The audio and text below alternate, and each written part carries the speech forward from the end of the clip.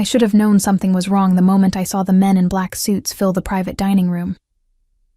It was a Tuesday night at Bellini's, the kind of upscale Italian restaurant where Manhattan's elite came to make deals over 20-year-old wine and hand-rolled pasta.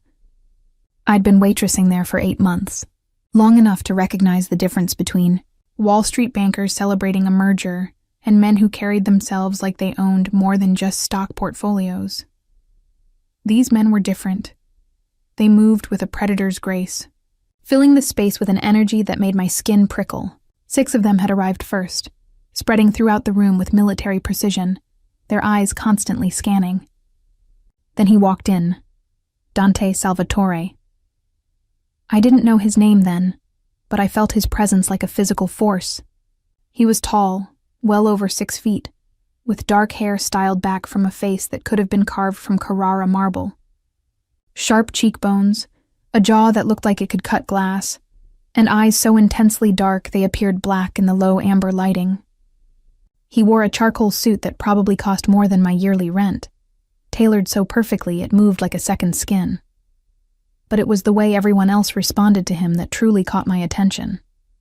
His men straightened almost imperceptibly when he entered. The restaurant manager, Marco, nearly tripped over himself rushing forward.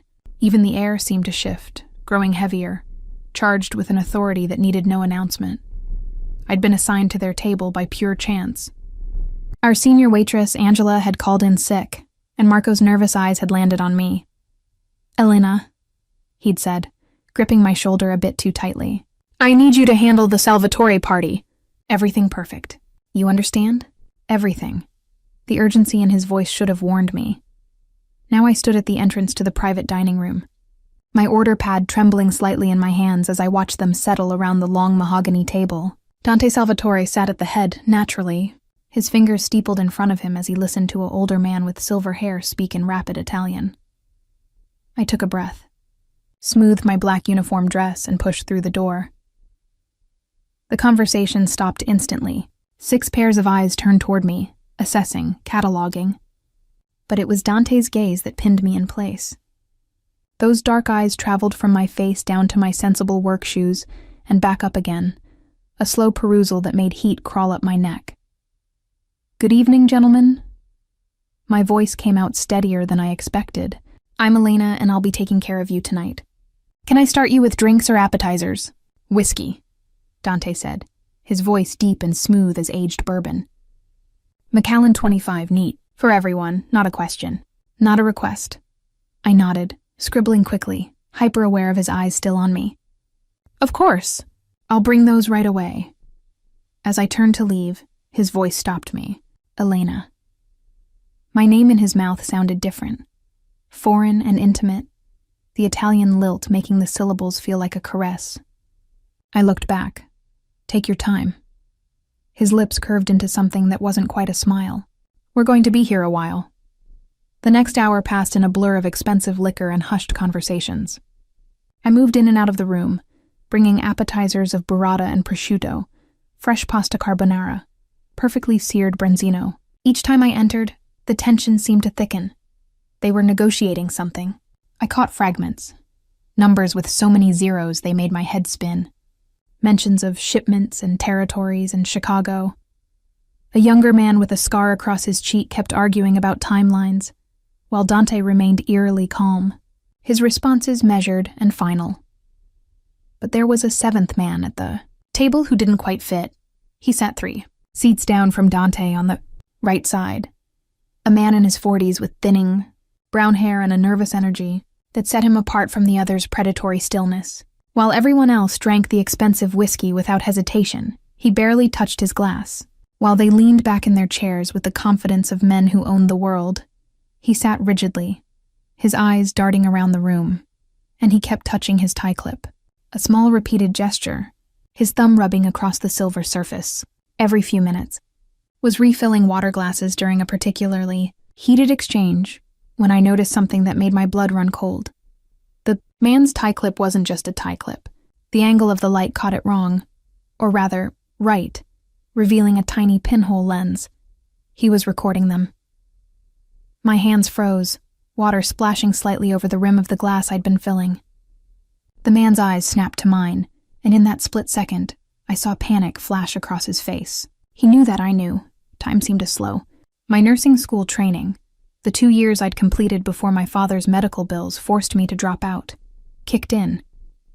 I'd learned to read body language in hospitals, to spot the tiny signs of distress before a patient crashed. This man was about to crash. And something told me that if I didn't act, people were going to die. Excuse me. The words tumbled out before I could stop them. I'm so sorry to interrupt, but sir... I gestured to the nervous man, my voice pitched loud enough for the entire table to hear. Your tie clip just fell onto your plate. I saw it drop into your pasta. It was a ridiculous lie. Obvious. Impossible. But it made everyone look at him. More importantly, it made everyone look at his tie clip, still firmly attached to his tie, its tiny camera lens glinting in the light. Dante's eyes moved from me to the man with the slow, deliberate focus of a shark scenting blood. Understanding flickered across his face. Cold, deadly understanding. Antonio, Dante said softly, the temperature in the room plummeting. I think we need to have a conversation about your accessories. The man named Antonio went white. In the hallway, I heard the distinct sound of footsteps, heavy, purposeful, moving fast. What had I just done? The room exploded into motion. Antonio lunged from his chair, knocking it backward with a crash that echoed off the private room's walls. But he didn't make it 2 steps before one of Dante's men, the scarred one who'd been arguing earlier, slammed him face first onto the mahogany table. Plates shattered. Wine glasses toppled, deep red Barolo bleeding across white linen like a wound. Don't move. Dante's voice was terrifyingly calm as he rose from his seat. He hadn't even flinched when Antonio bolted. Marco. I realized with a start that he was speaking to someone behind me. The restaurant manager appeared in the doorway, his round face pale and sweating. Lock the front doors. No one in or out. Send your staff home through the kitchen. Now. Yes. Mr. Salvatore. Of course. Marco disappeared so quickly, I wondered if he'd been waiting for exactly this kind of order. My heart hammered against my ribs. I should run. Every instinct screamed at me to follow Marco, to get as far from this room as possible. But my legs had turned to lead, my body frozen in some primal response to the violence that had erupted around me. Dante's eyes found mine across the chaos. You. Stay. It wasn't a request. The scarred man yanked Antonio upright, twisting his arm behind his back with practiced efficiency. Another guard moved forward, fingers working at the tie clip with the careful precision of someone who'd disarmed recording devices before. He held it up to the light, examining it. FBI standard issue, he confirmed in accented English. Audio and visual, probably broadcasting to a receiver within 200 yards. The words hit me like cold water. FBI. I'd just exposed an FBI informant to the Mafia. Oh God, what had I done? How long? Dante asked, still in that eerily controlled voice as he circled around the table toward Antonio. Each step was deliberate, predatory. He'd removed his suit jacket, and I could see the way his shoulders filled out his white dress shirt, the way his forearms flexed as he rolled up his sleeves. The whole meeting, Antonio gasped, struggling against his captor's iron grip. They have everything. The shipment routes, the Chicago connections, the payment schedules. They know about the $500 million. The scarred man hit him. A sharp, brutal blow to the kidneys that made Antonio cry out and crumple. I flinched, my hand flying to my mouth. Enough, Luca. Dante raised one hand, and the violence stopped instantly. He crouched down in front of Antonio, his movements almost gentle. How long have you been working for them, Antonio? How many of our conversations have they heard? 6 months. Blood trickled from Antonio's nose. I didn't have a choice. They had evidence. My gambling debts, the money I skimmed. They said prison or cooperation. You had a choice. Dante's voice dropped to a whisper that was somehow more terrifying than shouting. You chose wrong. He stood, turning to the silver-haired man who'd been speaking Italian earlier. Vittorio, sweep the car, the street, everywhere. Find the receiver. And get our tech people on damage control. I want to know exactly what the FBI has. What about him? Luca asked, still gripping Antonio's collar. Dante was silent for a long moment, his jaw tight. When he finally spoke, his words were measured. Take him to the warehouse. I'll deal with him personally later. Quietly. The implication in that word, quietly, made my stomach turn. I'd read about men like this in the news, watched crime dramas on TV, but standing here, seeing it unfold in front of me with the smell of expensive cologne and spilled wine, the reality was visceral and horrifying. Antonio was dragged from the room, his protests fading down the hallway. The other men moved with practiced efficiency, collecting the recording equipment, making phone calls in rapid Italian. Within minutes, the chaos had been organized into controlled crisis management. And through it all, I stood frozen by the water pitcher I'd been holding, still clutched in my white-knuckled hands. Dante dismissed his men with curt instructions. One by one, they filed out until only the scarred one, Luca, remained by the door, standing guard. Then Dante turned to me. The full weight of his attention was like standing in a spotlight. He moved closer, each step deliberate until he stood less than 3 feet away. This close, I could see the flecks of amber in his dark eyes, could smell his cologne, cedar and something darker, more dangerous. "What's your last name, Elena?" My mouth had gone dry. "Russo. Italian?" I nodded. "My grandmother came from Naples." "And did your nonna teach you to be observant? To notice things others miss?" He tilted his head slightly, studying me like I was a puzzle he couldn't quite solve. "Or did you learn that somewhere else?" My voice cracked. I swallowed hard, tried again. "I was in nursing school.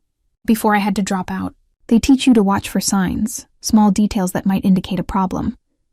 Something flickered across his face. Curiosity? Interest? It was gone too quickly for me to read. "Nursing school." He repeated the words as if tasting them. "So you're trained to notice when something is wrong with a person?" "Yes. And you saw Antonio's nervous behavior. The way he kept touching that tie clip." It wasn't a question, but I answered anyway. He didn't fit. Everyone else at this table moved like they belonged to something. He moved like he was afraid. And the tie clip, the way the light hit it was wrong. I saw the lens. Most people would have stayed quiet, looked away. Dante took another step closer, close enough that I had to tilt my head back to maintain eye contact. "You could have minded your business, finished your shift, gone home." "Why didn't you?" The honest answer terrified me. Because I saw what was about to happen, and I couldn't let people die, even if those people were criminals. But I couldn't say that. Couldn't admit I'd made a split-second choice to protect him and his men from an FBI sting. "I don't know," I whispered instead. His eyes searched mine for a long moment, and I had the unsettling sensation that he could see straight through every lie, every fear, every rapid beat of my heart. "You just saved my life, Elena Russo." His voice was quiet, intimate. "Do you understand that? Antonio's recording would have sent me to prison for the rest of my life, or gotten me killed. I hadn't thought of it that way. Hadn't thought at all, really. Which means," Dante continued, reaching up to brush a strand of dark hair that had escaped my ponytail away from my face, his fingers barely grazing my cheek, "I now owe you a debt, and I always pay my debts." The touch sent electricity racing down my spine. His hand lingered near my face for a heartbeat too long before dropping away. "Luca will take you home," he said, stepping back and restoring the professional distance between us. "You're done working for the night. But my shift is over." The command in his voice left no room for argument. "Go home, Elena, lock your doors. And don't talk to anyone about what happened here tonight. Not your friends, not your family. No one. Do you understand?" I nodded, my throat too tight for words. As Luca escorted me toward the door, Dante called out one more time, "Elena." I turned back. His expression was unreadable, but something in his eyes made my breath catch. "I'll be seeing you again." It sounded like a promise. And somehow, I knew my life would never be the same. I didn't sleep that night. Every time I closed my eyes, I saw Antonio's terrified face. Heard the sickening thud of Luca's fist connecting with flesh. Felt the weight of Dante's dark gaze pinning me in place. "Quietly," he'd said. "I'll deal with him quietly." What did that mean? I knew what it meant. I just couldn't let myself think it. My studio apartment in Queens had never felt smaller or less safe. I'd checked the locks 3 times, wedged a chair under the doorknob, and kept my phone clutched in my hand as I sat on my worn couch, staring at the door. Luca had driven me home in a black SUV with tinted windows, not speaking the entire 20-minute ride. He'd waited at the curb until I'd entered my building, and when I'd looked back from my third-floor window, the SUV was still there, idling under the streetlight. It was still there at midnight. And at 2 a.m., and when pale dawn light started filtering through my curtains. I'd called in sick to Bellini's at 6 a.m., my hands shaking as I left the voicemail. Marco hadn't called back.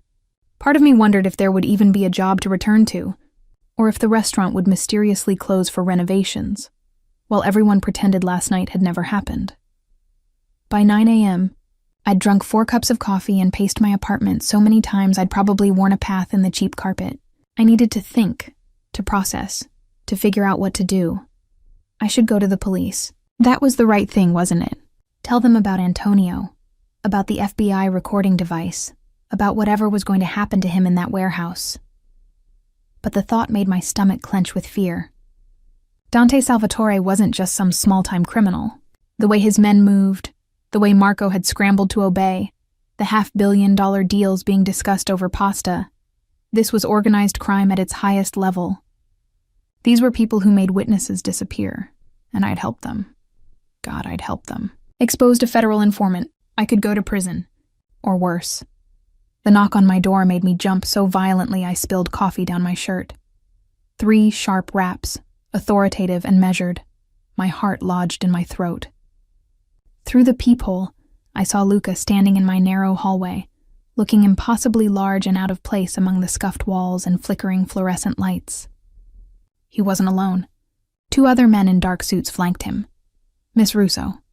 His voice carried through the door. Mr. Salvatore would like to speak with you. Please open the door, please. As if I had a choice.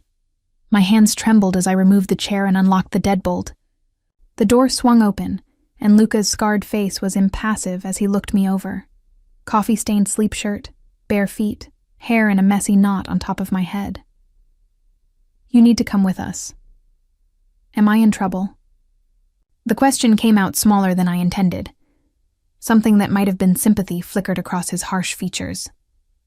Mr. Salvatore just wants to talk, but we need to leave now. Can I at least change? He nodded once. 5 minutes. I closed the door and flew to my bedroom, yanking on jeans and a simple black sweater with shaking hands. My mind raced. Should I try to run? Climb out the fire escape? But where would I go? The SUV had been watching my building all night. They knew where I lived. Probably knew everything about me by now. I always pay my debts, Dante had said. Was this how he paid them? By making people disappear when they became inconvenient? 4 minutes later, I emerged with my purse and phone, trying to project a calm I absolutely didn't feel. Luca gestured toward the stairs, and the 2 other men fell in behind us, one in front, one behind. A protective detail or a prisoner escort. I couldn't tell the difference. The black SUV waited at the curb, even more intimidating in daylight. Luca opened the back door, and I slid into leather seats that probably cost more than my monthly rent. The interior smelled like expensive cologne and danger. We drove in silence through Queens, then over the Queensboro Bridge into Manhattan. But instead of heading toward Bellini's or any restaurant district, we turned north. The buildings grew taller, more elegant. Doormen in uniforms stood guard in front of glass towers. When we finally stopped, it was in front of a building that screamed wealth. All modern architecture, steel and glass, with a discreet entrance where a man in a gray suit immediately opened my door. Miss Russo, he greeted me by name. Mr. Salvatore is expecting you. This way, please. The lobby was museum quiet, all marble floors and abstract art.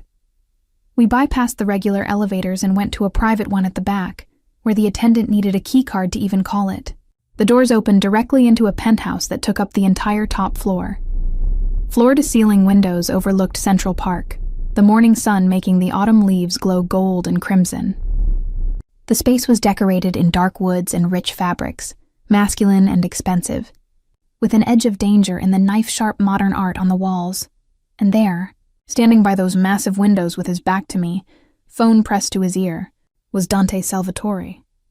He wore dark slacks and a white shirt, sleeves rolled up to reveal strong forearms. Even from behind, he commanded the space, his posture radiating the kind of power that needed no throne. "I don't care what excuses they have," he said into the phone, his voice hard. "The shipment moves tonight or I find new partners. You have until 6 p.m. to confirm." He ended the call without waiting for a response and turned. Those dark eyes found mine across the expanse of his living room, and for a moment, neither of us spoke. He looked different in the morning light, still dangerous, still magnetic, but there was a weariness around his eyes that hadn't been there last night. Lines of tension bracketed his mouth. "Elena." He said my name like a statement of fact. "Thank you for coming." As if I'd had a choice. "You had men watching my apartment all night. It came out as an accusation, for your protection." He moved toward a bar cart, pouring amber liquid into 2 crystal glasses. "After what happened, there are people who might wonder how the FBI's informant was discovered. People who might think you're connected to me, or that you know more than you should." He crossed to me, offering one of the glasses. Whiskey at 9:30 in the morning seemed excessive, but my nerves were so frayed I took it anyway. Our fingers brushed as I accepted the glass, and that same electric current from last night sparked between us. "Am I in danger?" I asked quietly. Dante took a slow sip of his drink, his eyes never leaving mine. "That depends on what you tell me now. The truth, Elena. Why did you really expose Antonio? And don't say you don't know. I saw your face when you realized what his tie clip was. You made a choice in that moment. A deliberate choice." My throat tightened. The whiskey burned going down, but it gave me courage. "Because people were about to get hurt," I admitted. "I saw what was happening, saw that he was recording you, that something bad was about to unfold. And I couldn't just stand there and let it happen.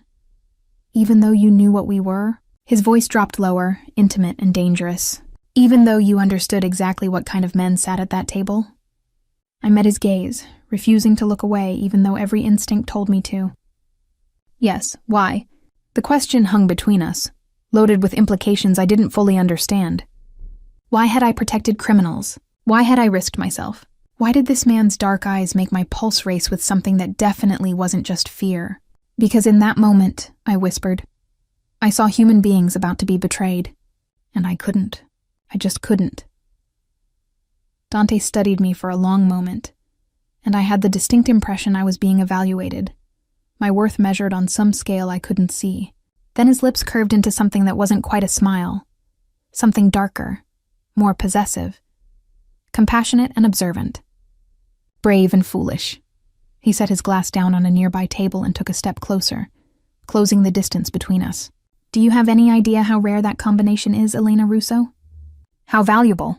The way he said valuable made warning bells ring in my head.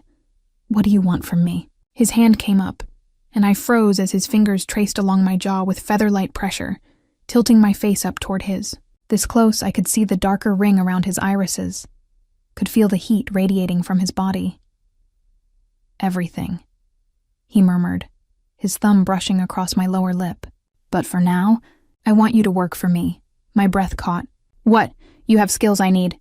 You notice things, read people, and you've already proven your loyalty, even if you don't realize it yet."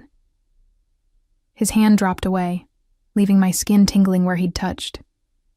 "I'm offering you a job, $20,000 a month. You'll attend meetings with me, social events, watch the people I do business with. Tell me what you observe. $20,000. I made barely $2,000 working 60-hour weeks at the restaurant. You want me to spy for you. I want you to use the gifts you already have." He moved back to the windows, giving me space to breathe, to think. "And in return, I'll keep you safe. Make sure the FBI never connects you to last night. Pay off your father's medical debts." My head snapped up.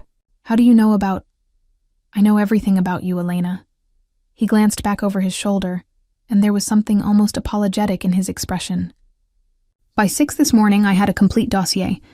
Your nursing school transcripts. Your father's cancer diagnosis 3 years ago. The $140,000 you still owe in medical bills. Your studio apartment in Queens with the broken dishwasher your landlord refuses to fix. The 3-year-old Honda with 200,000 miles that barely starts." Heat flooded my face, shame and anger mixed together. He'd invaded my entire life while I'd been sitting in my apartment, terrified and sleepless. "I had to know who you were." Dante continued, turning to face me fully. Had to understand if you were a threat. What I found was a woman who sacrificed her dreams to care for her dying father, who works herself to exhaustion trying to pay off debts that will take decades to clear, who still, despite everything life has thrown at her, chose compassion over self-preservation. His voice gentled on those last words, and something in his expression made my chest ache. I don't know anything about your world, I protested weakly. I wouldn't know what to look for. You knew last night. He moved closer again, and this time I didn't step back. Your instincts are better than most of my trained men. I saw it the moment you noticed Antonio's behavior. That kind of intuition can't be taught, Elena. It's either in you or it isn't. And if I say no? The question hung in the air. Dante's jaw tightened almost imperceptibly. Then Luca drives you home. You go back to your life. I make sure the FBI situation doesn't touch you, and we never see each other again. He paused, and something flickered in those dark eyes. Something that looked almost like regret. But your father's debts remain. Your car keeps dying, and you keep working yourself to death for tips and table scraps. It wasn't a threat. Somehow that made it worse. He was simply laying out reality, showing me the door I could walk through if I chose, or the one I could step through into his world. I need time to think. I managed. You have until tonight. Dante pulled a business card from his pocket and pressed it into my hand. His fingers lingered against mine. Call the number. Tell me your answer. But Elena? His voice dropped to that dangerous whisper again. Choose carefully. Because once you step into my world, there's no going back. I spent the afternoon walking through Central Park, Dante's business card burning a hole in my jacket pocket. Luca had driven me back to Queens, but I couldn't bear the thought of sitting in my tiny apartment, staring at walls that suddenly felt like a prison. So I'd taken the subway back into Manhattan, wandering through the fall foliage as tourists snapped photos and children chased each other across the grass. $20,000 a month. The number kept echoing in my head. In 6 months, I could pay off Dad's medical debts completely. In a year, I could go back to nursing school. In 2 years, I could have the life I'd given up when cancer had stolen my father and buried me in bills that no amount of waitressing would ever clear. All I had to do was step into the world of a man who ordered people taken to warehouses and dealt with quietly. My phone buzzed. A text from an unknown number. Your father's hospice called. They need payment by Friday or they'll have to move him to a state facility. I stared at the message, my eyes burning. Dad had been in memory care for 8 months now, the Alzheimer's stealing more of him every day. The private hospice was expensive, but it was clean and kind, and the nurses remembered that he'd been a high school English teacher who loved Hemingway and jazz music. A state facility would just see him as another body in a bed, another item on an overworked nurse's rounds. Friday was 3 days away. I had maybe $800 in my checking account. My hands shook as I pulled out Dante's card. Heavy cream cardstock embossed letters. Just a phone number, no name. As if anyone who had this card would already know who it belonged to. I dialed before I could lose my nerve. He answered on the first ring. Elena. Just my name, spoken in that deep voice that seemed to resonate in my chest. How did he know it was me? How did you get my father's hospice to text me? My voice came out sharper than intended. A pause. I didn't, but I assume they contacted you about payment? You assumed correctly. I sank onto a park bench, watching a young couple walk by hand in hand, living a normal life I'd never have. Is this how you operate? Dig into people's lives and wait for the pressure to build until they have no choice? No. His answer was immediate. This is me giving you information so you can make an informed decision. You would have found out about the hospice payment either way. I'm simply showing you that I can solve that problem. Tonight. 1 phone call, and your father's care is guaranteed for the next year. Paid in full. God help me, I was tempted. So desperately tempted. What exactly would I have to do? I asked quietly. You said attend meetings, observe people. But what does that really mean? It means you'd be at my side during business dinners, charity events, negotiations. You'd watch. Listen. Afterwards, you'd tell me what you noticed. Body language, inconsistencies, anything that seemed off. His voice softened slightly. You'd essentially be doing what you already did last night. Just more formally. And when you take people to warehouses, when you deal with threats quietly, would I have to watch that too? The silence stretched between us, heavy with implication. You'd never be present for that side of my business, Dante finally said. That's not what I need you for, Elena. I have plenty of men who can handle violence. What I need is someone who can see the threat before it becomes violent. Someone who can read a room and tell me who's lying, who's scared, who's planning betrayal. A human lie detector. A partner. The word sent a shiver down my spine. Someone I can trust to watch my back in ways my men can't. You don't even know me. How can you trust me? Because you had every reason to stay silent last night, and you didn't. Because you chose to protect strangers, dangerous strangers, over your own safety. That kind of integrity is rare in my world. Invaluable. He paused, and I heard the clink of ice in a glass. And because I've spent the last 12 hours learning everything about you.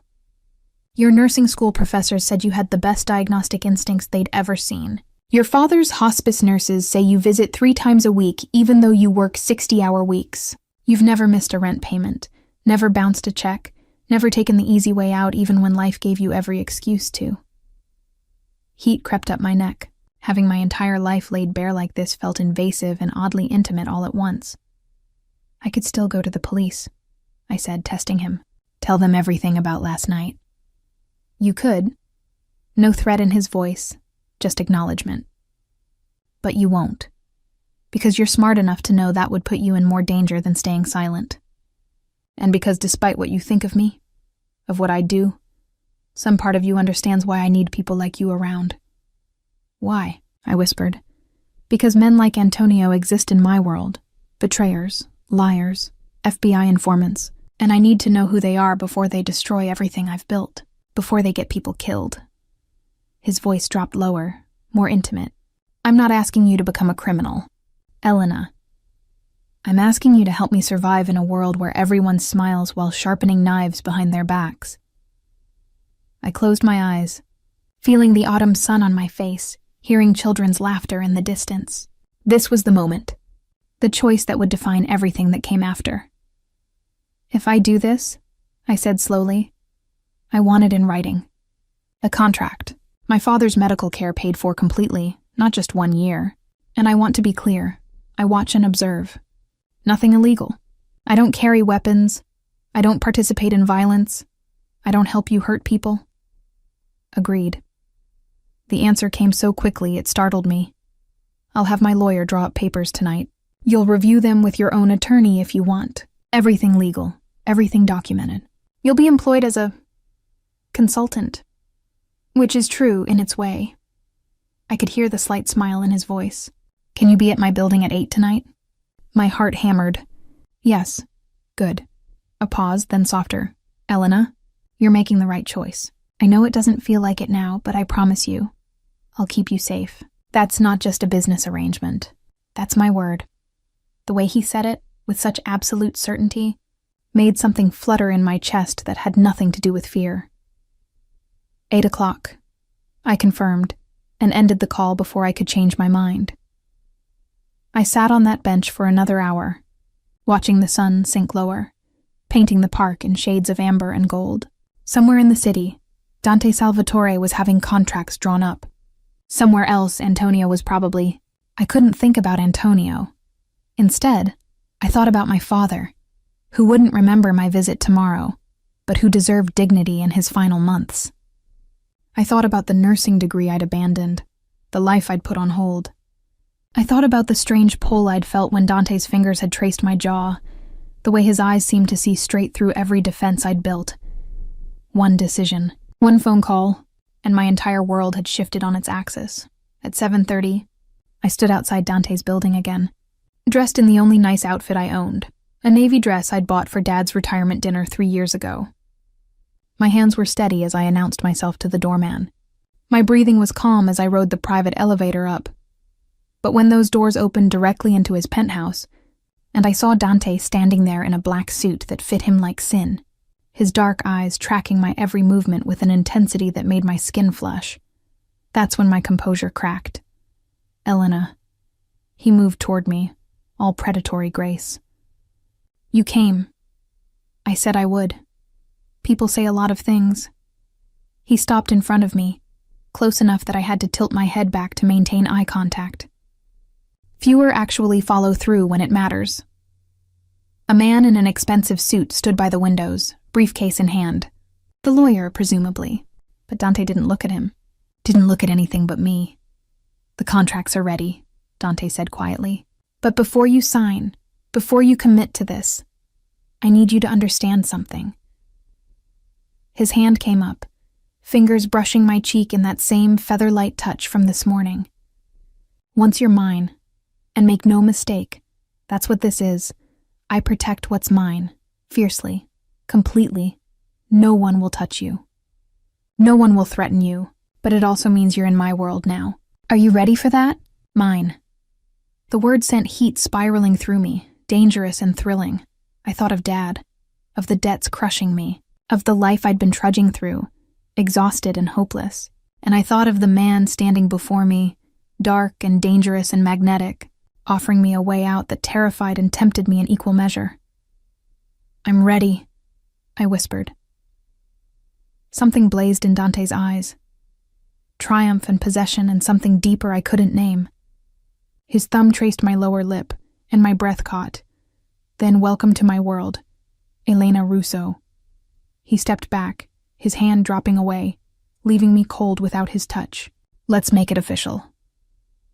The lawyer approached with papers, and I signed my name on line after line, watching ink bind me to Dante Salvatore in ways I was only beginning to understand. When the last signature was complete, Dante dismissed the lawyer with a nod. We were alone. Your first assignment, he said, moving to pour 2 glasses of wine, starts tomorrow night. There's a charity gala at the plaza. The Vitale family will be there. My biggest rivals. I need to know what they're planning. He handed me the wine, and our fingers touched, that electricity sparking again. And Elena, you'll need a dress. His eyes traveled down my body and back up, slow and deliberate. Something that makes every man in that ballroom look at you. Because when they're looking at you, they'll let their guard down around me. The implications in his words made my pulse race. I was going to be bait, beautiful distraction, his secret weapon. I raised the wine glass, meeting his intense gaze. Then I guess you better take me shopping. Dante's smile was slow and dangerous and full of dark promise. It would be my pleasure. The boutique on 5th Avenue didn't have a sign on the door. That should have been my first clue about the kind of wealth Dante operated in. We'd arrived at 10 a.m., an hour before the store opened to the public, and an elegant woman with silver hair and sharp eyes had been waiting to usher us inside like we were royalty. Mr. Salvatore. She'd greeted him with the familiarity of someone who'd dressed him before. It's been too long, Camille. Dante had kissed both her cheeks in that effortlessly European way. I need you to work your magic. Ms. Russo needs a gown for tonight. Something that will stop traffic. Now I stood on a raised platform in front of 3 full-length mirrors, while Camille circled me like a shark, studying every angle. Dante sat in a velvet armchair 10 feet away, legs crossed, a tumbler of whiskey in his hand despite the early hour. Watching. He'd barely spoken since we arrived, but I felt his gaze on me like a physical touch. It made my skin prickle with awareness. Arms up, darling, Camille instructed, and I obeyed while she took measurements with practiced efficiency. You have a lovely figure. Delicate shoulders, beautiful collarbones.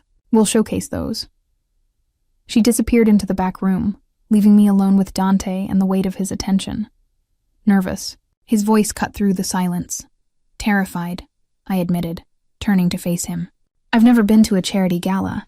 I don't know how to act around those people.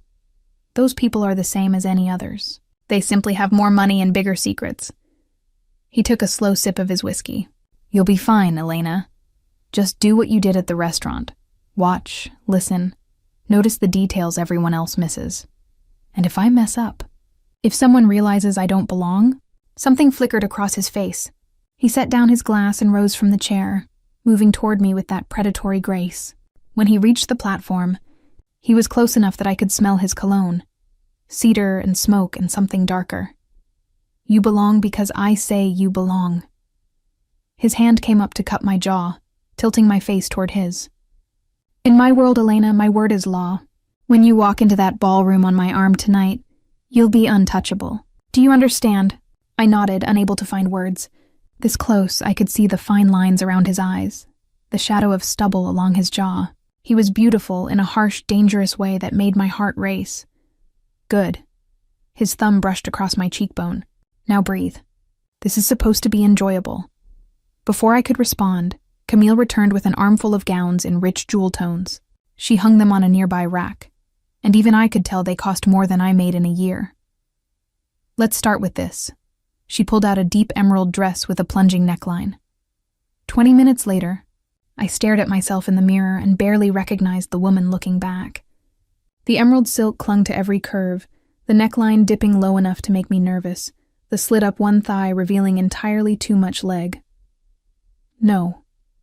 Dante's voice was sharp. Too obvious. Next. We went through 6 more dresses. A red mermaid gown that Dante dismissed as trying too hard. A gold sequined number that Camille vetoed before I even got it on. A white dress that made me look, according to Dante, like a virgin sacrifice. I was starting to think nothing would satisfy him when Camille brought out the 8th dress.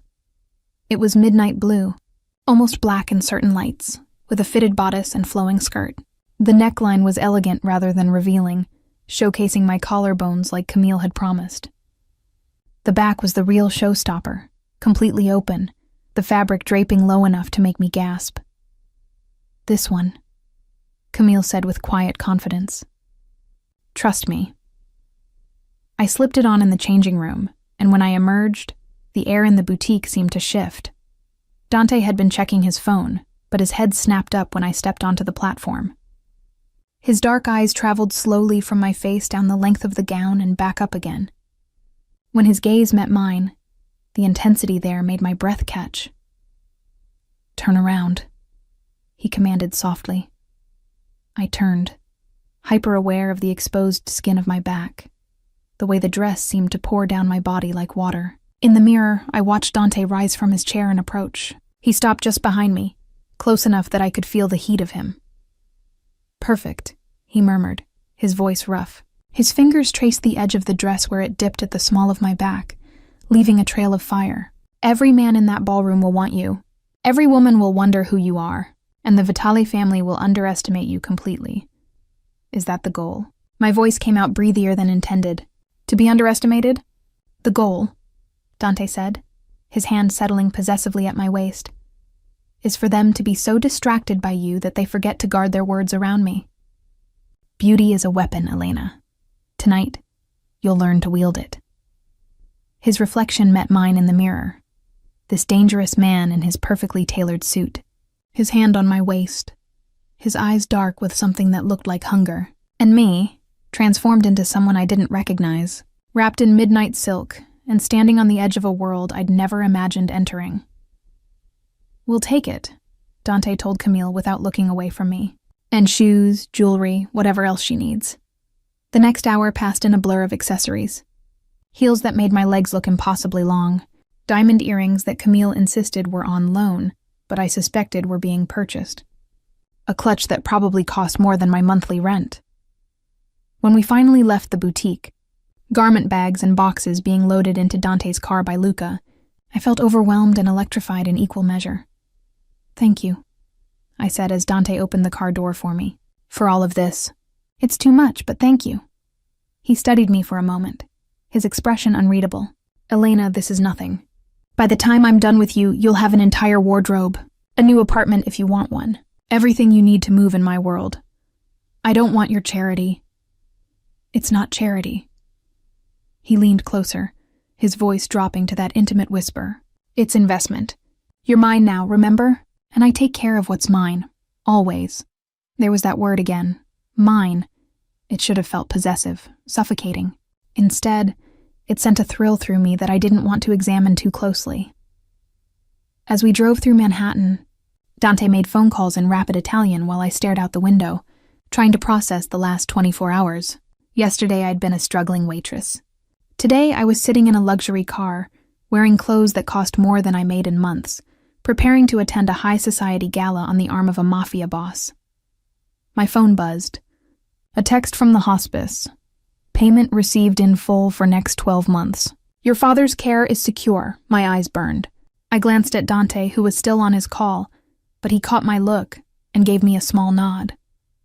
He'd kept his promise. Just like that, with one phone call, he'd lifted a weight that had been crushing me for years. Thank you, I mouthed.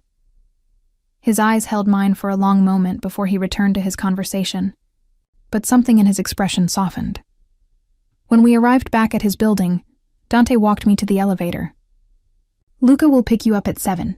Hair and makeup will come to your apartment at 4. Hair and makeup? I blinked. Did you think I'd let you do this alone? A hint of amusement crossed his face. Camille's team will make sure you're perfect. All you have to do is relax and let them work.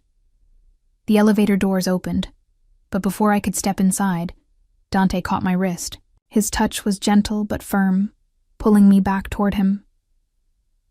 Tonight will be dangerous in ways you might not expect, he said quietly, his thumb tracing circles on the inside of my wrist. The Vitale family are my enemies. If they suspect you're more than just a date, if they think you're important to me, they might try to use you against me. Fear spiked through me. Then maybe I shouldn't. You'll be safe. His grip tightened slightly. I'll have men everywhere. Luca won't leave your side when I can't be with you, but I need you to be smart. Don't wander off alone. Don't accept drinks from anyone but me or Luca. And if anyone makes you uncomfortable, you come to me immediately. Understood? I nodded, my heart pounding. Good. He released my wrist but moved closer, his hand coming up to cup my face. For a breathless moment, I thought he might kiss me. His eyes dropped to my lips and heat pooled in my stomach. But instead, he pressed his lips to my forehead, a gesture that felt somehow more intimate than a kiss. Tonight, Elena Russo, he murmured against my skin, will show them exactly who you are. The plaza ballroom was a palace of crystal and gold. Chandeliers dripped from the ceiling like frozen waterfalls, casting prismatic light across marble floors and walls draped in cream silk. Women in designer gowns glided past in clouds of perfume, their jewelry catching the light with every movement. Men in tuxedos congregated in clusters, their laughter too loud, their watches too expensive, their smiles too sharp. I'd never felt more out of place in my life. Breathe, Dante murmured against my ear, his hand firm at the small of my bare back. You look like you're about to bolt. I'm considering it, I admitted, clutching my evening clutch like a lifeline. His low chuckle vibrated through me. Too late. We've been spotted. A couple approached. The woman in scarlet silk with diamonds at her throat, the man silver-haired and distinguished, but it was the coldness in their eyes that made my skin prickle. Dante Salvatore. The man's smile didn't reach his eyes. I didn't expect to see you here tonight. Marco Vitale. Dante's voice was cordial but edged with ice. The surprise is mutual. I thought you were still in Chicago. So this was the enemy. I felt Dante's fingers press against my back, a silent reminder to watch, to listen. Business called me home early. Marco's gaze slid to me, assessing. And who is this lovely creature? Elena Russo. Dante pulled me closer against his side, possessive. My date for the evening. Russo. The woman spoke for the first time, her accent thick. Any relation to Antonio Russo? My blood turned to ice. Antonio, the FBI informant from Bellini's. Were they connected? Was this a test? I don't know anyone by that name, I said, keeping my voice steady. It wasn't technically a lie. I'd never known Antonio's last name. Pity. Her red lips curved. I hear he's disappeared. Quite suddenly. The threat hung in the air, thinly veiled. Dante's hand at my back pressed harder, a warning to stay calm. How unfortunate, Dante said smoothly. But we shouldn't monopolize your time. I'm sure you have other guests to terrorize. Marco's laugh was sharp. Ever the charmer, Salvatore. Enjoy your evening, both of you. As they glided away, I released a breath I didn't know I'd been holding. Dante leaned down, his lips brushing my ear. You did well, but we need to talk. Not here. He guided me through the crowd toward a quieter corner near the terrace doors. Luca materialized from somewhere, positioning himself nearby with his back to us, creating a barrier, Did you notice? Dante asked quietly. Notice what? The way Isabella Vitale emphasized disappeared. The way Marco watched your reaction. His dark eyes searched mine. They're fishing. They suspect something about Antonio, but they're not sure what. But how would they even know to ask me? Because they have sources everywhere. Someone might have seen you working that night, or heard whispers about how their informant was discovered. His jaw tightened. This is what I meant about danger, Elena. These people don't play games. They eliminate threats. Fear spiked through me, sharp and cold. Then maybe bringing me here was a mistake. No. His hand cupped my face, forcing me to meet his intense gaze. Bringing you here sends a message that you're under my protection. That touching you means war with me. Do you understand? As long as you're by my side, you're untouchable. Before I could respond, a waiter appeared with champagne. Dante took 2 glasses but didn't drink, watching me over the rim. Remember what I said. Don't accept anything from anyone else. The next hour was a masterclass in social warfare. Dante moved through the crowd like a king, shaking hands and exchanging pleasantries that carried hidden meanings I was only beginning to understand. I stayed at his side, watching faces, reading body language. I noticed the young man who kept glancing at his phone nervously. The older woman whose smile never reached her eyes when she spoke to Dante. The businessman whose handshake lasted a fraction too long, his grip testing, challenging. And through it all, I felt eyes on me, assessing, wondering. The Vitale family watched from across the room, their attention sharp and predatory. Mr. Salvatore. A new voice interrupted. Younger, smoother. A man about Dante's age approached, his tuxedo impeccable, his smile calculated. It's been too long. Something shifted in Dante's demeanor. His posture became more rigid, his expression more guarded. Vincent, I didn't realize you were back in New York. Just arrived yesterday. Vincent's gaze slid to me with obvious interest. And who is this vision? Elena Russo, this is Vincent Vitale, Marco's son. The name hit me like cold water. This was Marco's son, making him even more dangerous than the couple we'd encountered earlier. Charmed. Vincent took my hand and pressed his lips to my knuckles, his eyes never leaving mine. Tell me, Elena, how does someone as lovely as you end up with someone as dangerous as Dante? Fate, I said, pulling my hand back. Or terrible judgment. I haven't decided which yet. His laugh was genuine, surprised, beauty and wit. Dante, you've outdone yourself. Elena isn't a trophy, Vincent. Dante's voice dropped several degrees. And she's certainly not interested in whatever you're about to offer. Protective already? Vincent's eyebrows rose. Must be serious. I don't recall you ever bringing anyone to these events before. The implication hung heavy, that I was different, that I mattered. I felt Dante's hand tighten almost imperceptibly at my waist. If you'll excuse us, Dante said, his tone brooking no argument. We have other people to see. But Vincent stepped closer, blocking our path subtly. His smile remained, but his eyes went cold. Actually, I was hoping to discuss the Chicago shipment with you. My father seems to think there's been some interference. I wouldn't know anything about that. No? Vincent's gaze flicked to me again, calculating. Because I heard something interesting. About Bellini's restaurant. About a certain meeting that was interrupted. About an informant who suddenly went dark. My heart hammered against my ribs. He knew. They all knew. Rumors, Dante said dismissively. This city runs on them. Perhaps. Vincent leaned in slightly, his voice dropping.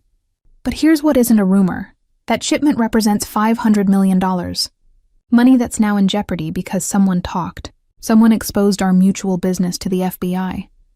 My father wants to know who, and he's willing to go to war to find out. The threat was clear now, no longer veiled in politeness. I felt Luca shift closer behind us, ready. Dante's expression remained neutral, but I saw the storm building behind his eyes. If your father wants to discuss business, he can call me, directly. Not send his son to make threats at charity events. Not a threat, Dante. Vincent smiled, but it was all teeth. Just information. Considerate, professional courtesy. Because whoever helped you at Bellini's that night, they're not safe, not from us. Not from the FBI, not from anyone. His eyes met mine one last time, and the message was unmistakable. He was telling me, warning me, that they suspected my involvement. "Enjoy your evening," Vincent said, stepping aside finally. "Both of you. While you can." He disappeared into the crowd, leaving tension crackling in the air. "We're leaving," Dante said immediately, his hand gripping my elbow. "Now." But before we could move, the ballroom lights flickered. Once, twice, then went completely dark. Screams erupted around us. Glass shattered somewhere. In the darkness, I felt Dante pull me hard against his chest, his body a shield. "Stay with me," he commanded against my ear. "Don't let go."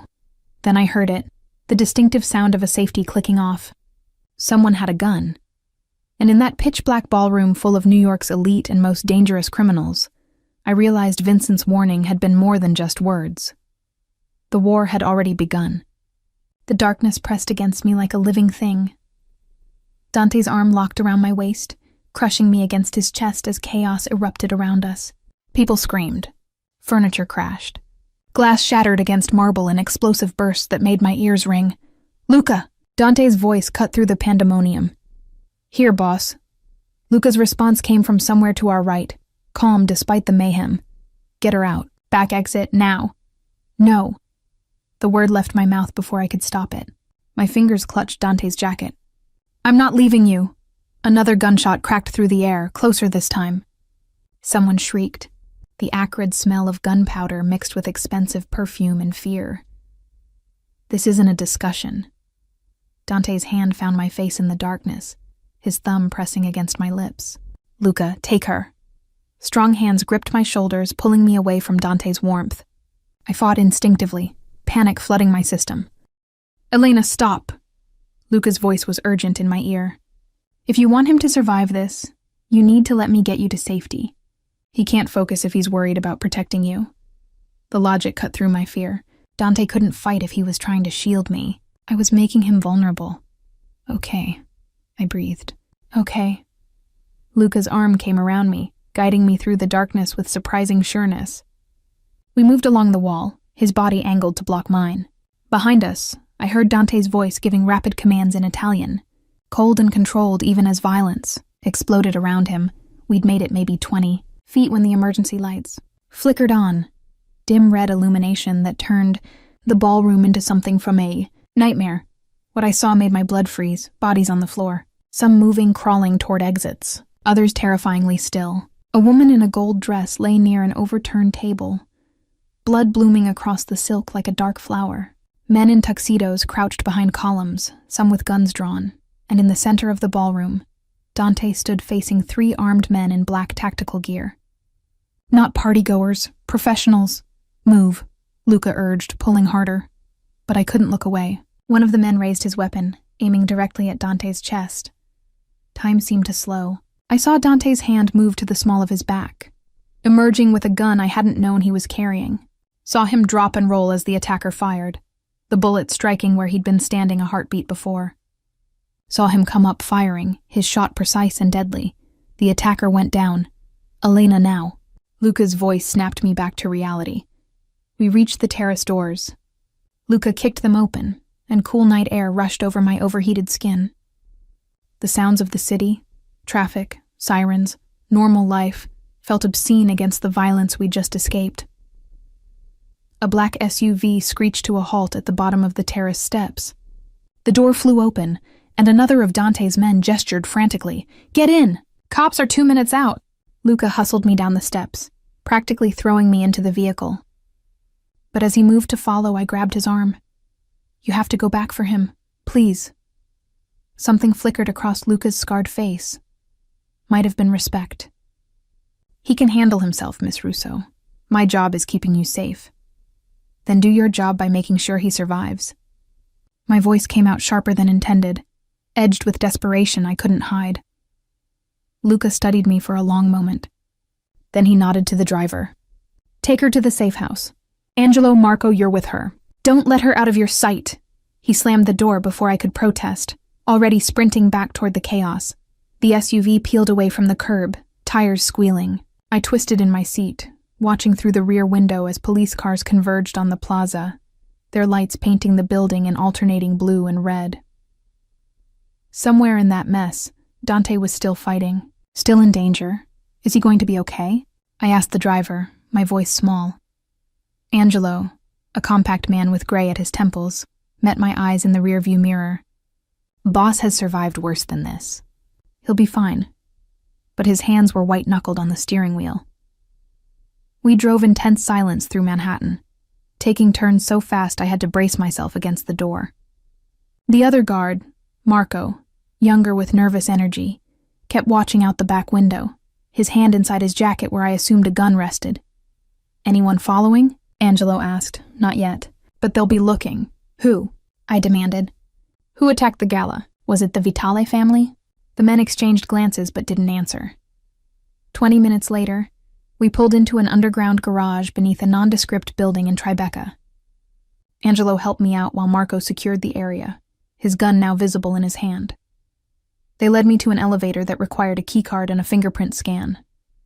The technology seemed excessive until I remembered exactly who I was with and what had just happened. The safe house was on the top floor, a sprawling apartment with floor-to-ceiling, windows overlooking the Hudson River. It was decorated like Dante's penthouse, all dark wood and masculine elegance, but felt emptier somehow. Sterile. A place designed for hiding, not living. "Make yourself comfortable," Angelo said, gesturing to a leather couch. "Could be a few hours before we hear anything. A few hours." Dante could be dead in a few hours. The thought made my chest constrict. I paced instead of sitting, my heels clicking against hardwood, the midnight blue dress suddenly feeling like a costume from someone else's life. How had this become my reality? 48 hours ago, I'd been serving pasta. Now I was in a safe house, waiting to hear if the man who'd claimed me as his had survived an assassination attempt.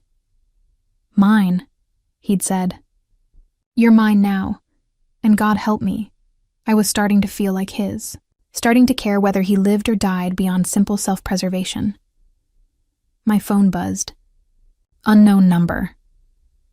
My hands shook as I opened the text. He survived. 6 men didn't. Vitale sent them. This means war. Stay where you are. Relief flooded through me so powerfully my knees went weak. I sank onto the couch, the phone clutched to my chest. He was alive. But the relief was short-lived, replaced quickly by a new emotion. 6 men dead, war declared, and I was the reason, or at least part of it. If I hadn't exposed Antonio, if I'd just minded my business that night at Bellini's, none of this would be happening. "Miss Russo?" Marco approached cautiously. "You okay?" You went pale. "He's alive," I managed. "Dante's alive." Both guards relaxed visibly. Whatever else they were, criminals, enforcers, dangerous men, their loyalty to Dante was absolute. "Told you," Angelo said with something like pride. "Boss is hard to kill." Another text came through. "I'm coming to you. Don't leave that apartment." 1 hour, 60 minutes until I saw for myself that he was okay, until I could stop imagining him bleeding out on that ballroom floor. I stood and walked to the windows, staring out at the glittering city. Somewhere out there, the Vitale family was planning their next move. Somewhere, the FBI was investigating the shooting. Somewhere, bodies were being counted and wars were being started. And in the middle of it all was me, Elena Russo, former nursing student and waitress, now tangled up with a man who killed without hesitation and commanded loyalty like a king. The girl in the window's reflection looked like a stranger. Elegant in her expensive dress, her hair and makeup professionally done, her eyes harder than they'd been 2 days ago. When had I stopped being terrified and started being angry? Because I was angry. Furious that the Vitale family thought they could attack Dante at a charity event. Enraged that they'd put innocent people in danger. Livid that they'd threatened me, even obliquely. The realization should have scared me. This wasn't who I was supposed to be. I was supposed to be good, ethical, someone who saved lives. Not someone who stood in a safe house waiting for a Mafia boss and feeling relieved that he'd killed his attackers. But maybe that girl had died the moment I exposed Antonio. Maybe I'd crossed a line I couldn't uncross. My phone buzzed again. Not a text this time. A call from the unknown number, I answered. Dante, are you hurt? His voice was rough, urgent. Did anyone follow you? Are you safe? I'm fine. Your men got me out. Are you okay? A long exhale. Minor cuts from flying glass. Nothing serious, but Elena, I need you to listen carefully. The Vitales know you were there. They know you're important to me. That makes you a target. I know. No, you don't. His voice dropped lower, more intense. They'll come after you to get to me. They'll use you, hurt you, kill you without hesitation. Do you understand what that means? I understood. It meant my normal life was over. It meant I couldn't go back to my apartment, couldn't work at Bellini's, couldn't pretend I wasn't part of this world now. What do we do? I asked quietly. Silence. Then, we end this. Before they can make another move. But first, I need to see you. Need to make sure you're really okay. The raw emotion in his voice sent heat through me despite everything. Hurry, I whispered. I'm already on my way. I heard him before I saw him. The elevator doors opened with a soft chime, and then Dante was striding into the safe house like a storm given human form. His tuxedo jacket was gone, his white shirt unbuttoned at the collar and streaked with what looked like blood. A cut above his left eyebrow had been hastily bandaged, and his knuckles were raw and bruised. But his eyes, those dark, intense eyes, locked onto me with such ferocity that I forgot to breathe. Out, he commanded without looking at Angelo or Marco. Both of you. Wait in the hall. The guards disappeared without question, the door clicking shut behind them, and then we were alone. Dante crossed the distance between us in 3 long strides. His hands came up to frame my face, tilting it toward the light, his gaze roaming over every inch of me as if cataloging injuries. You're sure you're not hurt? His voice was hoarse. No cuts, no bruises? I'm fine. Luca got me out before. The words died as his thumb traced across my cheekbone, the touch so gentle it contrasted sharply with the violence still radiating from him. I could have lost you tonight. The raw admission seemed torn from somewhere deep inside him. When those lights went out and the shooting started, all I could think was that I'd brought you into danger. That my enemies would use you against me. But they didn't. I'm okay. We're both okay. This time. His hands dropped away and he turned, raking his fingers through his dark hair. Vincent planned this. That conversation wasn't coincidence. He was stalling us, making sure we were in position when his men struck. The realization hit me cold and hard. He knew the attack was coming. That's why he warned us. Not warned, taunted. Dante's voice turned bitter. He wanted me to know it was coming and be unable to stop it. Wanted me to feel powerless. I moved closer, drawn by something I didn't fully understand. When I touched his shoulder, he went rigid beneath my fingers. You're not powerless. You survived. You protected everyone you could. He turned back to face me, and the expression in his eyes made my heart stutter. Pain. Rage. And underneath it all, something darker and more complicated. 6 of Vitale's men are dead. Elena, I killed 4 of them myself. He watched my face, waiting for horror or disgust. Does that frighten you? Knowing what these hands have done? It should have. God, it should have terrified me. But all I could think about was that those same hands had protected me, had made sure I escaped while he stayed behind to face the danger. No, I whispered. It doesn't frighten me. Something blazed in his expression. He moved closer, backing me against the window, his body crowding mine until I could feel the heat of him, smell the gunpowder and cologne that clung to his skin. It should. His voice dropped to that dangerous whisper. You should be running from me, not looking at me like that. Like what? Like you trust me. Like you... He stopped, his jaw clenching. Like you care whether I live or die. My breath caught. Because he was right. Somewhere between the restaurant and the gala, between his protection and his possession, I'd started caring. More than was wise. More than was safe. Maybe I do care, I admitted, my voice barely audible. Is that so wrong? His hand came up to cup the back of my neck, his fingers tangling in my hair. Yes. Because caring about me, being close to me, it puts a target on your back. Tonight proved that. Then what do we do? You can't just send me away. The Vitales already know about me. I know. The words sounded like they cost him something, which is why you can't leave my sight. Not until this is finished. Not until the threat is eliminated. What does that mean? It means you move into my penthouse. Tonight. You stay with me under constant guard until the Vitale family is no longer a problem. His thumb traced the line of my jaw. It means you're mine completely now, Elena. No more separate life. No more pretending you're not part of my world. The possessiveness in his voice should have set off alarm bells, should have made me push him away and demand my freedom, but instead I felt a dark thrill run through me. For how long? As long as it takes. His forehead pressed against mine, his breath warm on my lips. Could be weeks, could be months, could be forever if the Vitales don't back down. Forever. The word hung between us, heavy with implication. And if I say no, his laugh was harsh. Then I'll put you in protective custody myself. Lock you in this safe house with armed guards until the danger passes. Either way, you're not leaving my protection, but I'd rather have you choose to stay. It was an illusion of choice, and we both knew it. But something in his eyes told me this mattered to him, that my consent, even under duress, meant something. I thought about my tiny apartment in Queens, my old life slipping further away with each passing hour. Thought about the fact that the moment I'd exposed Antonio, I'd stepped onto a path I couldn't leave. Okay, I said quietly. I'll stay with you. Relief flickered across his face, quickly masked. You understand what you're agreeing to?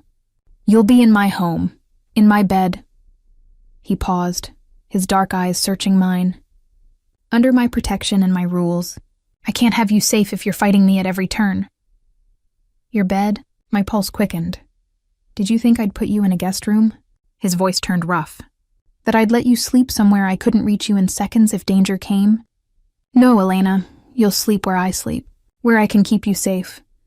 The intimacy of it stole my breath, sharing his space, his bed, his life in ways that went far beyond a simple business arrangement. I started, but he pressed his thumb against my lips. I'm not asking you to share my bed in that way. Not yet. Not until you want to. His eyes blazed. But I need you close. Need to know you're safe. Can you give me that? The vulnerability beneath his command broke something inside me. This powerful, dangerous man was asking, almost pleading, for me to trust him enough to let him protect me. Yes, I whispered against his thumb. I can give you that. He exhaled slowly, and then, before I could process what was happening, his mouth was on mine. The kiss was fierce and claiming, full of the adrenaline and fear and relief that had been building since the ballroom went dark. His hand fisted in my hair while the other gripped my hip, pulling me flush against him. I gasped, and he deepened the kiss, his tongue sliding against mine in a way that made my knees weak. This wasn't gentle, wasn't tentative. This was a man staking his claim, marking what was his, and God help me, I kissed him back just as fiercely. When we finally broke apart, both breathing hard, Dante rested his forehead against mine again. Mine, he murmured, the word both a promise and a warning. Say it, Elena. Tell me you understand. My hands had somehow found their way to his chest, feeling his heart hammer beneath my palms. Yours, I breathed, and meant it more than I should have. His smile was dark and satisfied and full of possession. Good, because I don't share what's mine, and I sure as hell don't let it go. He pulled his phone from his pocket, already issuing commands. Luca, prep the penthouse. I want security doubled and the guest room converted. Miss Russo is moving in tonight. As he continued organizing my new life with ruthless efficiency, I stood by the window and watched my reflection. The girl who'd been terrified 48 hours ago was gone. In her place stood a woman who'd just agreed to live with a Mafia boss, who'd kissed him back with desperate hunger, who'd let him claim her with a single word. Mine. And the most terrifying part? I didn't want to take it back. The penthouse felt different at 3 a.m. Moonlight streamed through the floor-to-ceiling windows, casting everything in silver and shadow. I stood in Dante's bedroom, our bedroom now, wearing one of his dress shirts that fell to mid-thigh, my expensive gown discarded in a heap on the bathroom floor. Sleep was impossible. Every time I closed my eyes, I saw the muzzle flash in the darkness, heard the screams, felt Dante's body shielding mine. "You should be sleeping." His voice from the doorway made me turn. He'd showered, his dark hair still damp, wearing only black sleep pants that hung low on his hips. The bandage above his eyebrow was fresh, and I could see other cuts and bruises marking his chest and ribs, evidence of how close tonight had come to ending very differently. "I can't stop thinking about it," I admitted. "About what almost happened." He moved into the room, and I was struck again by how he commanded space without effort. Even exhausted and injured, he radiated power. "Come here." He sat on the edge of the massive bed, patting the space beside him. I went, drawn by something stronger than logic. When I sat, he reached out and pulled me closer, arranging me between his legs with my back against his chest. His arms came around my waist, solid and warm. "This is your life now," he said quietly against my hair. "Violence, danger, constantly looking over your shoulder. It won't get easier, Elena. If anything, it will get worse before it gets better." "Are you trying to scare me away?" "I'm trying to be honest." His hold tightened. "The Vitales won't stop. Tonight was just the opening move. They'll come at me again, harder, and because you're mine, they'll come at you too. So what happens now? Now we go to war." His voice turned cold, tactical. "I've already made calls. My men are moving into position across the city. By tomorrow night, the Vitales will know that attacking me and mine comes with a price they can't afford to pay." The casual way he discussed orchestrating violence should have disturbed me. Instead, I found myself asking what kind of price. The kind that ends with Marco Vitale begging me for mercy I won't give. His lips brushed the shell of my ear. The kind that makes every other family in New York remember why crossing the Salvatores is a death sentence. I shivered, but not entirely from fear. There was something darkly seductive about his certainty, his absolute confidence in his own power. "You're not afraid," he observed. "Why?" "Because you won't let anything happen to me." The words came out with more conviction than I expected. "You've proven that." His chest rumbled with dark approval. "No, I won't. I'd burn this entire city down before I let anyone hurt you." We sat in silence for a moment, his heartbeat steady against my back. Then his hand came up to trace the collar of his shirt I wore, his fingers skimming across my collarbone. "You look good in my clothes," he murmured. "Like you belong to me." Heat pooled low in my stomach. "Don't I?" "Say it again." His other hand splayed across my stomach, holding me against him. "What you said at the safe house. I need to hear it again." I knew what he wanted. Knew this was about more than simple possession. This was about him needing confirmation that I'd chosen this. Chosen him. Despite everything. "I'm yours," I whispered. His grip tightened almost painfully. "And I'm yours, Elena, you understand that? This thing between us, it goes both ways. You don't just belong to me. I belong to you too." The admission shocked me. Men like Dante didn't give themselves to anyone. They took. They commanded. They possessed. But they didn't surrender. I turned in his arms until I was facing him, my legs on either side of his hips. His hands automatically moved to my waist, steadying me. "You don't belong to anyone," I said, searching his face. "You're Dante Salvatore. You run this city." "I run nothing without someone I can trust at my back." His hands slid up my sides, thumbs brushing the underside of my breasts through the thin shirt, without someone who sees me as more than just the monster everyone else sees. "Is that what I am to you?" "Someone who sees you differently? You're everything." The raw honesty in his voice made my breath catch. "You're the reason I fought so hard tonight. The reason I'll destroy the Vitales and anyone else who threatens what's mine. You're my weakness and my strength, Elena, and that terrifies me more than any bullet." I cupped his face in my hands, feeling the scratch of stubble, the strong line of his jaw. "I terrify you?" "Completely." His eyes burned into mine. "Because I've never wanted to keep something safe as badly as I want to keep you safe. Never cared whether someone stayed or left. Never felt like I'd lost everything if something happened to them." The confession hung between us, vulnerable and raw. This was the man beneath the armor, the one who killed without hesitation, but who held me like I was something precious. Then keep me safe, I whispered, leaning closer until our lips were almost touching. And I'll stay. I'll watch your back. I'll be whatever you need me to be. Dangerous promise. His hands slid into my hair. Because what I need right now is to taste you again, to remind myself you're real and alive and here. Then take what you need. He groaned low in his throat and pulled me into a kiss that felt like falling and flying simultaneously. His mouth moved against mine with desperate hunger, like he was trying to consume me, claim me, brand me as his in every possible way. I kissed him back just as desperately, my fingers tangling in his damp hair, my body pressing against his. The shirt rode up as I moved, and his hands found bare skin, mapping the curve of my waist, my hips, my thighs. Elena. My name was a prayer and a curse on his lips as he broke the kiss to trail fire down my neck. Tell me to stop. Tell me this is moving too fast. But I didn't want him to stop. Didn't want to think about what was too fast or too dangerous. I wanted to feel alive after coming so close to death. Wanted to lose myself in this man who'd killed for me, who'd claimed me, who'd just admitted I was everything to him. Don't stop, I breathed. Please don't stop, his control snapped. In one fluid movement, he flipped us, pressing me into the mattress, his body covering mine. The weight of him felt right, felt safe despite, or maybe because of, the danger he represented. Mine, he growled against my throat, his teeth scraping sensitive skin. Every inch of you, every breath, every heartbeat. Mine. Yours, I gasped as his hands explored, as his mouth found places that made me arch against him. All yours. He pulled back slightly, his eyes searching mine in the moonlight. Are you sure?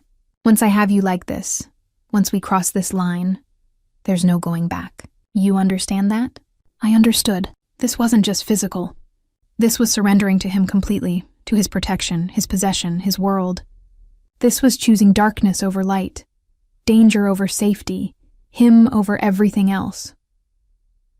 I'm sure, I whispered, pulling him back down to me. I've never been more sure of anything. The smile that curved his lips was pure masculine satisfaction. Then let me show you exactly what it means to be mine.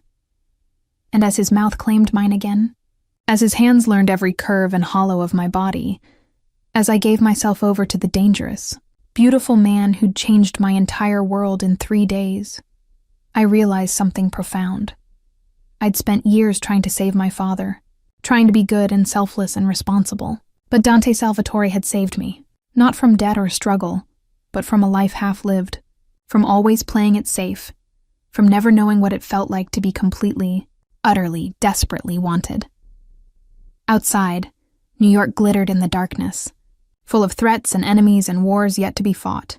But here, in this moment, wrapped in Dante's arms with his heart beating against mine, I felt invincible. Stay with me, he murmured hours later, as exhaustion finally pulled us toward sleep. Promise me you'll stay. I curled into his side, my head on his chest, his arms wrapped protectively around me. I promise, I whispered into the darkness. I'm not going anywhere.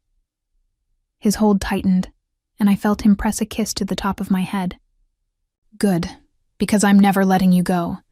And as sleep finally claimed us both, tangled together in silk sheets and moonlight, I knew that whatever came next, whatever wars we'd have to fight, whatever dangers we'd face them together. The shy waitress who'd stumbled into a Mafia meeting was gone forever.